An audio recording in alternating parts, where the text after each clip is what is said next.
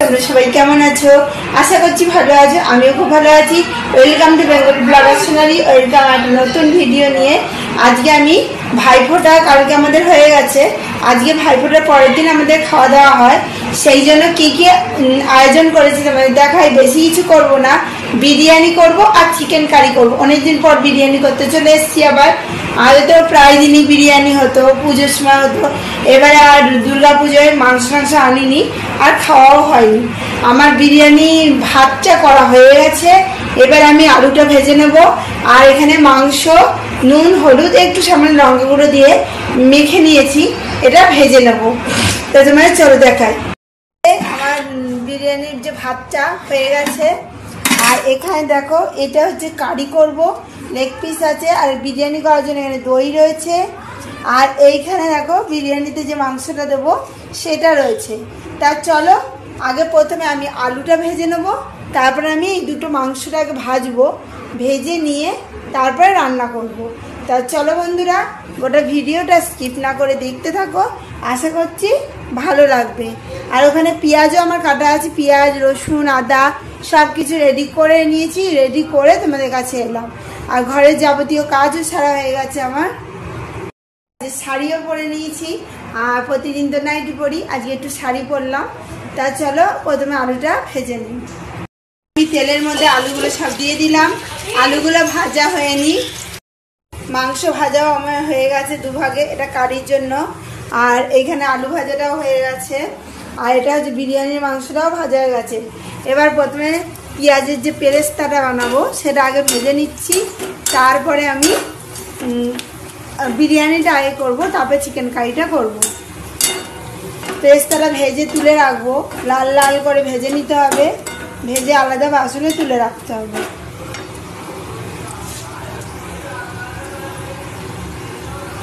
পেস্তা আমি ভেজে রেখে দিয়েছি। এবার আমি বিরিয়ানির জন্য সব কিছু রেডি করবো। এখানে কড়াইতে তো তেল ছিলই, তার মধ্যে গোটা জিরে ফোড়ন দিয়ে নিয়েছি। এর মধ্যে দিয়ে দেবো কিছুটা পেঁয়াজ। পেঁয়াজটা নাড়াচাড়া করতে থাকবো, ততক্ষণ আমি মশলাটাও রেডি করে নেবো, যা যা মশলার আগে। তারপর লাস্টের দিকে দিতে হবে বিরিয়ানি মশলা। তা চলো বন্ধুরা, বিরিয়ানিটা করা যাক। মেয়ে চান করে এসছে, মাথা মুছতে মুছতেই চলে এসছে বিরিয়ানির গন্ধে। বিরিয়ানি এখনো হয়নি, দাম চলে এসছে। কেমন কালী পুজো দেখলে বলবে। আমি দেখিনি, কিন্তু ভিডিওটা দেখেছি, তাই না? দারুণ হয়েছে। আমি একা একাই গেছি, কাউকে নিইনি, একা একাই আমি এনজয় করেছি। সেই জন্য খুব পিটিয়েছি। আমাদের না নিয়ে নিচে একা একা দেখেছি। আমি একা একা ঘুরে ঘুরে দেখেছি, বাজারও করেছি। আবার ভয় রেখে দিয়ে কি বলে যে ভয় পাইনি তো আমি ভয় পেয়ে থাকি। আর দুটো ভূতেরই দেখেছি, যেহেতু দুর্গাপুজো দেখতে যেতে পারিনি, ওই জন্য আমি একা একা গেছি, একা একা গিয়ে এনজয় করেছি। আমি ঘরে পুজো যাওয়া করে ফেলেছি। এই দেখো প্যান্টটাও নতুন, এটাও নতুন, ও সবই পরে ফেলছে। তবে আমার এটা পুজোর না, আমার এটা অনেক বছরের, কিন্তু এখনো নতুন। যেহেতু ভালো মন্দ খাওয়াচ্ছে সেই জন্য মাও ভালো শাড়ি পরেছে। না, রোজিতে নাইটি পরে থাকে না, যেহেতু শাড়ি পরলাম। আর এই শাড়িটা আমার বিয়েতে পাওয়া, ছেলেমেয়ে এত বড় হয়ে গেছে, তাও শাড়িটা দেখো নতুন এখনো। তা চলো, পেঁয়াজ দেওয়া হয়ে গেছে, মশলাটা রেডি করে ফেলি। পেঁয়াজ আমার ভাজা হয়ে গেছে, আমি এখানে মশলাটাও রেডি করে নিয়েছি। আর রসুন বাটা আর জিরে ধনে লঙ্কার গুঁড়ো সব কিছু নিয়ে নিয়েছি। মশলাটা আমি দিয়ে দিলাম, দিয়ে এবার পেঁয়াজের সঙ্গে ভালো করে কষিয়ে নেব। যেহেতু ওগুলো সবই আমার ভাজা আছে, রেডি আছে, ওই জন্য বিরিয়ানিটা করতে বেশিক্ষণ লাগবে না। চান করে এসে কি খাচ্ছে দেখো, এটা লম্বু বলে, লম্বু। খেতে কেমন? এরপর আবার ফুচকা খাবে বন্ধুরা, নেচে নিল।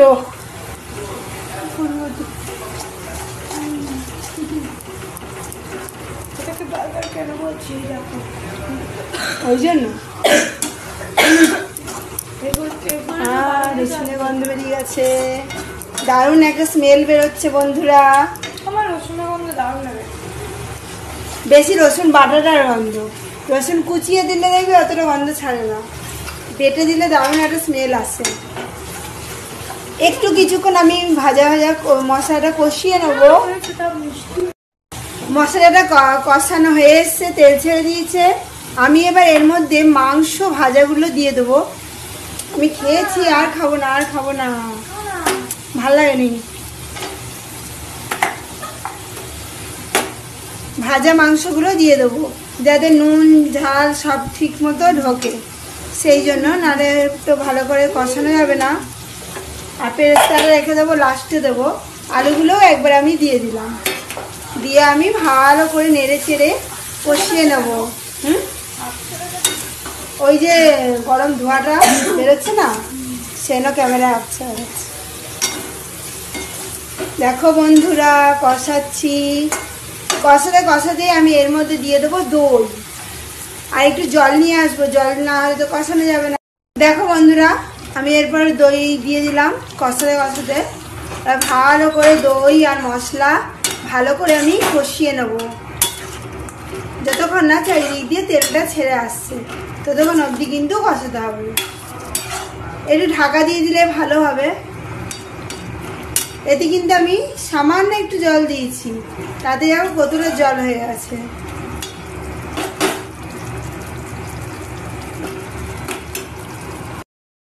দই দিলাম, আর এর মধ্যে দিয়েছি গোলাপ জল আর কেওড়ার জল সামান্য একটু, যেহেতু গন্ধটা পছন্দ করে না অনেকে, অল্পই দিতে পারো বা নাও দিতে পারো, আমি সামান্য একটুই দিয়েছি।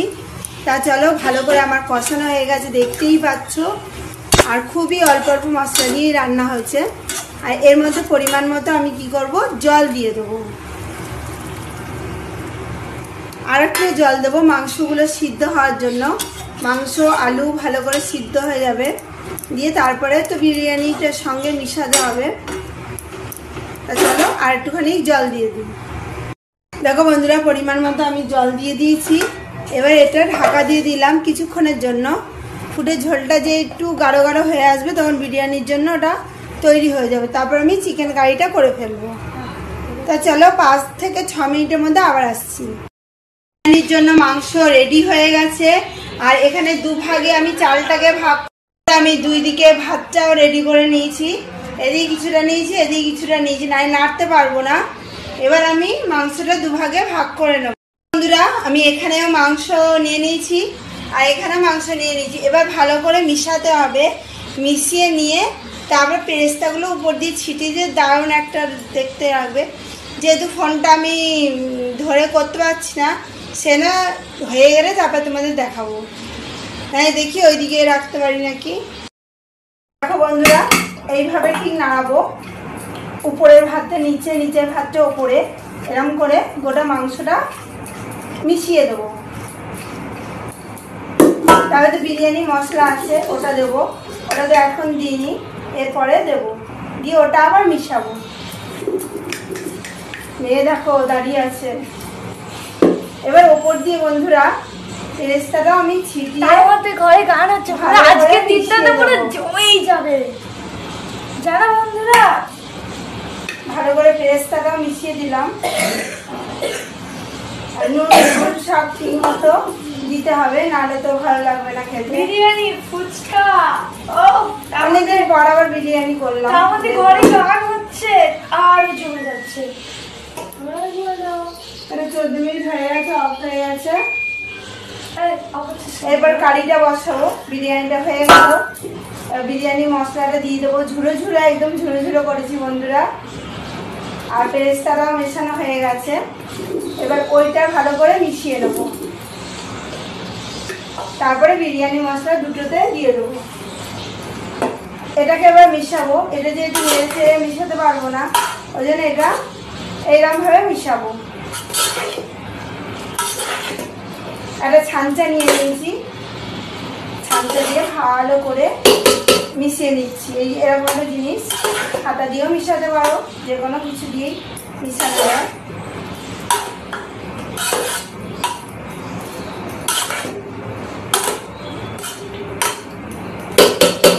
দুটোই মিশানো হয়ে গেল। এর মধ্যে আমি পেরেস্তাগুলো দিয়ে দেবো, বেশ দেখতে ভালো লাগবে। এবার এবার দুটো দিয়ে আমি বিরিয়ানির মশলা দিয়ে ভালো করে নেড়ে চেড়ে নেবো। একটু হাতটা ধুয়ে নিই।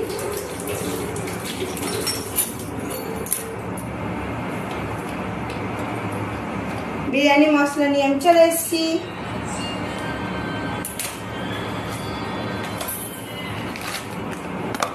দেখো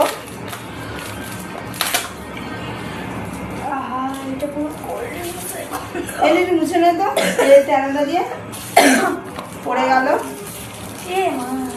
পায়ে লাগবে, অনেকটা পড়ে গেল বন্ধুরা ছিটতে গিয়ে ব্যাগেরটা।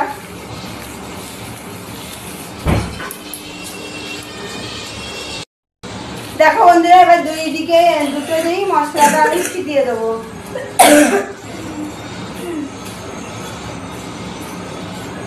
এটা লাস্ট ফিনিশিং। মশলা ছিটিয়ে আবারও কিন্তু ভালো করে নাড়াচাড়া করবো। পুরো মশলা দেবো না, প্রচুর ঝাঁঝ হয়ে যায়। মশলা বলতে এটা গরম মশলা থাকে, বেশি কিছুই থাকে না। চলো হাঁড়িটা আগে ভালো করে মিশিয়ে নিই, মিশিয়ে তারপর তোমাদের আবার দেখাবো।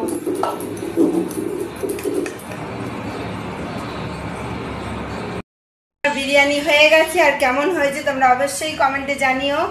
আর ভাইফোঁটার স্পেশাল বিরিয়ানি, এরপরে হবে চিকেন কারি।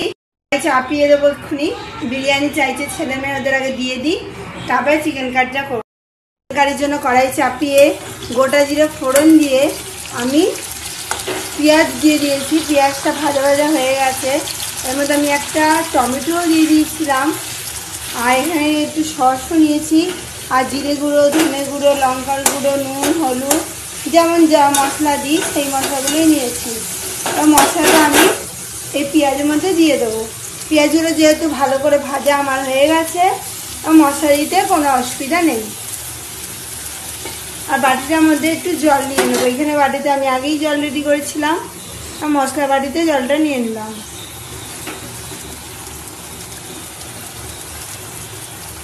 চিকেন কারিটা করা হয়ে গেলে আমি ভালো করে বাসনগুলো মেজে ধুয়ে এনে তারপরে আমি ফুচকার জন্য সব রেডি করব।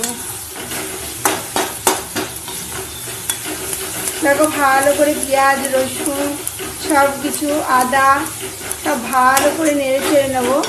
আর এর মধ্যে একটু সস যেহেতু নিয়েছি, দারুণ একটা কিন্তু স্মেল আসছে। একটু নাড়াচাড়া করার পরে মাংসটা দিয়ে দেবো। মশলাটা আমার ভালো করে কষানো প্রায় হয়ে এসছে। আমি এবার এর মধ্যে মাংসগুলো সব দিয়ে দিলাম, দিয়ে মাংস মশলা সব ভালো করে কষিয়ে নিতে হবে যতক্ষণ না চারিদিক দিয়ে তেল ছেড়ে আসছে।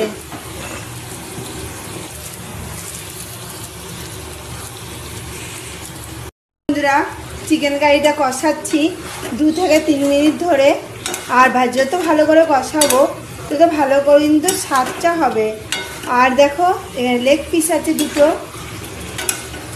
এই একটা আর এই একটা। যেহেতু দুর্গাপুজোয় কোনো চিকেন মাংস, কোনো মুরগির মাংস, খাসি মাংস কিছুই খাওয়া হয়নি, ওই জন্য ভাইফোঁটায় নিয়ে এলাম।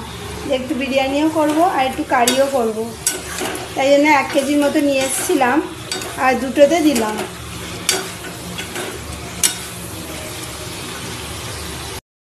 চিকেন কারিটাও আমার হয়ে গেছে, একটু ঝোল ঝোল রাখলাম, একবারে মাখা মাখা করিনি।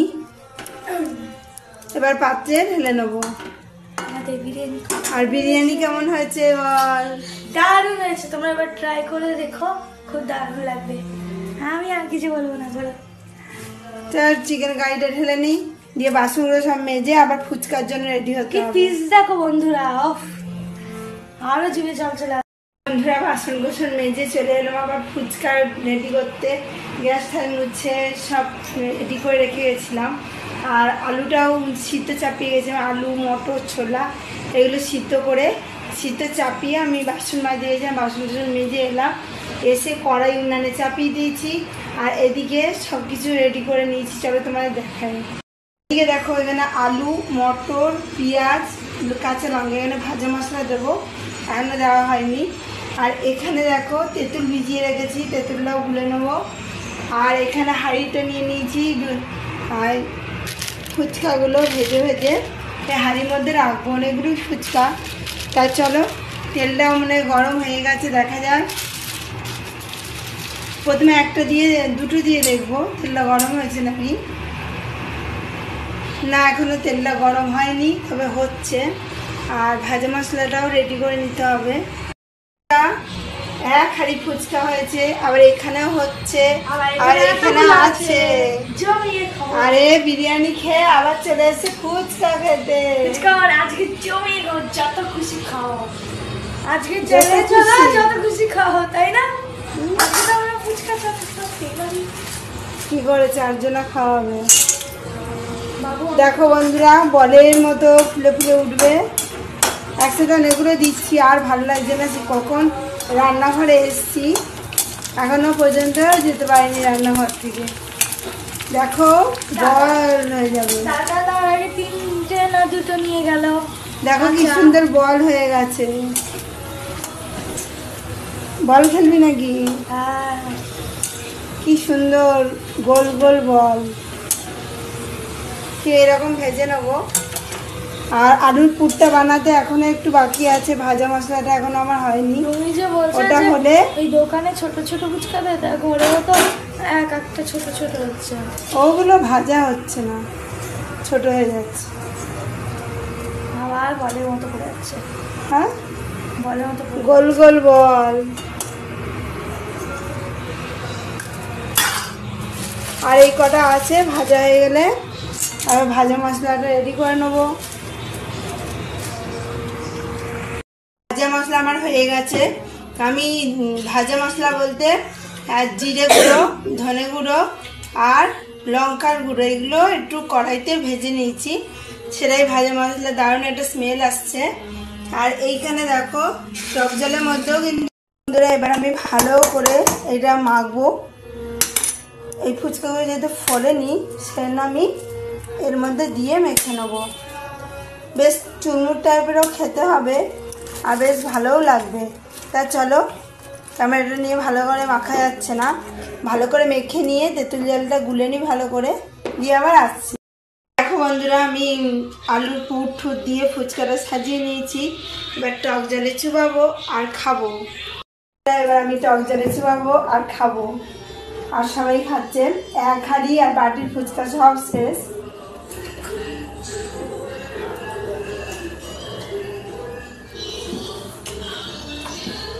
যদি রাস্তায় খাই, সেটা ঘরে অনেকগুলো খাওয়া যায়।